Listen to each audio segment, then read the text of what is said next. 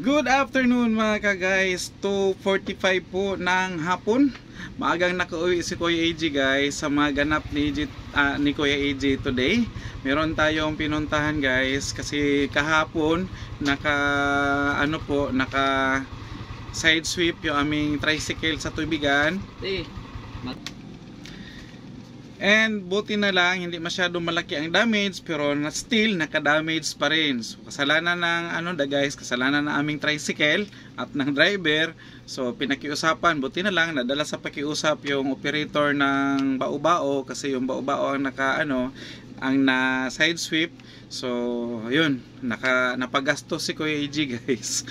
Hindi naman ganong kalakihan pero still pera pa rin yun dahil lagpas po siya 2,000. Ilang araw natin bunuin yun. Ganon talaga guys pag may mga sasakyan tayo. Kaya maipayo ko sa ating mga ka-guys, mga kasari na may mga sasakyan nagmamaniho, iba yung pag-iingat po guys sa daan ang ating i-apply para maiwasan ang mapagastos ka, makadamage ka ng mga pag-aari ng ibang mga tao or mga guys.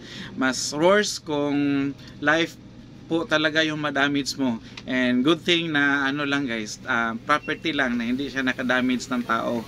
And kunting-kunti lang talaga. Pero kasalanan ng aking tricycle, so si Kuya AJ nakabayad.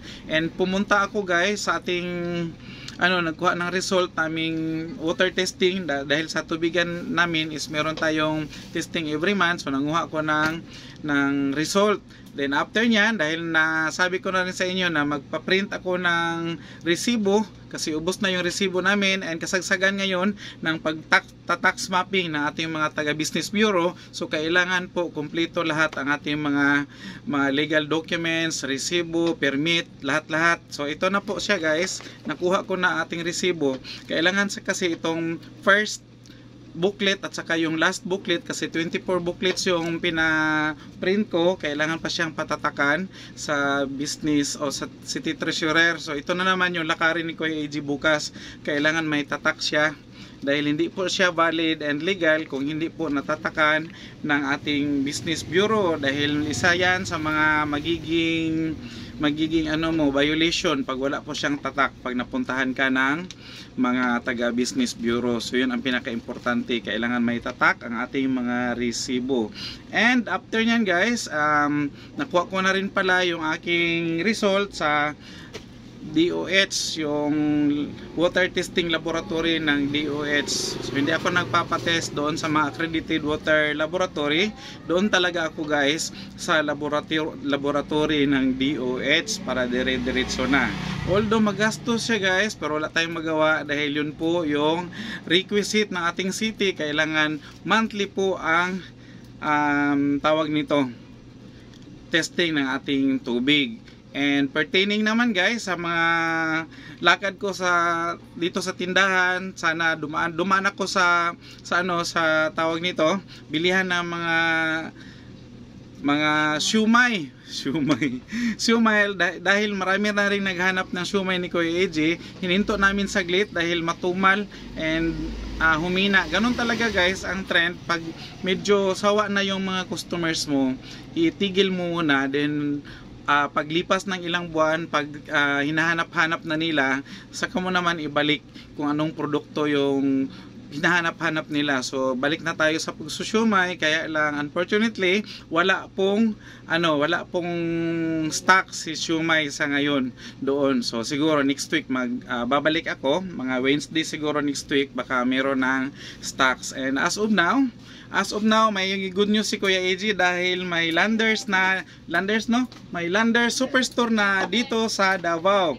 And hopefully this coming October mag-open na sila. And meron tayo ditong agent. Merong agent dito na tawag nito, nagbibenta ayan, sila guys, meron silang pa-promo kasi ngayon sa membership nila. So ito na yung resibo, sasali tayo guys sa membership. Hindi siya tawag nito scam kasi legit may resibo, may ID, meron silang uniform from Landers talaga. And meron silang website. Sa website ka magpi-fill up ng iyong membership. Then doon ka pupunta sa ano nila, sa kanilang store para po picturean ka. And ang kagandahan nito guys, pag meron ka ng free free temporary card na ganito, yan po ang ano ni Landers. And pag meron ka ng temporary card na ganito, pwede ka nang makapasok or una kang makapasok doon sa Landers Superstore once na magbukas na sila dahil meron ka ng temporary card. So papalitan na lang ito guys ng plastic pagdating doon. So ang mangyayari kasi pag wala kang ganito, makapasok ka pero dadaan ka pa doon sa kanilang magpa-member ka pa, meron ka pang maraming fill-upan doon, papicturean ka din. Pero tayo pag may mga may mga temporary card na tayo, diretso na tayo makapasok. And ang ano na lang nito, ang ano na lang nito guys is yung tawag nito, ang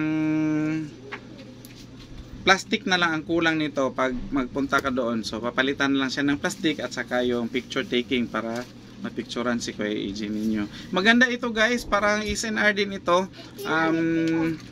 Kumpleto sila, meron silang mga coffee shop, meron silang iba't ibang mga food courts, meron din silang mga gasoline station sa loob mismo ng kanilang Landers Superstore. So hindi siya yung talagang superstore lang ang puntahan mo doon dahil marami pong mga stalls doon or mga store na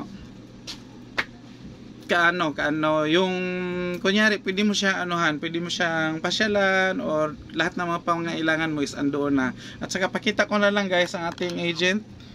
Kaway-kaway sa vlog share. Ayan, para makita ka against the light. Ayan. So hi. Ayan, siya si Landers. Hindi makita ang agent ni Landers.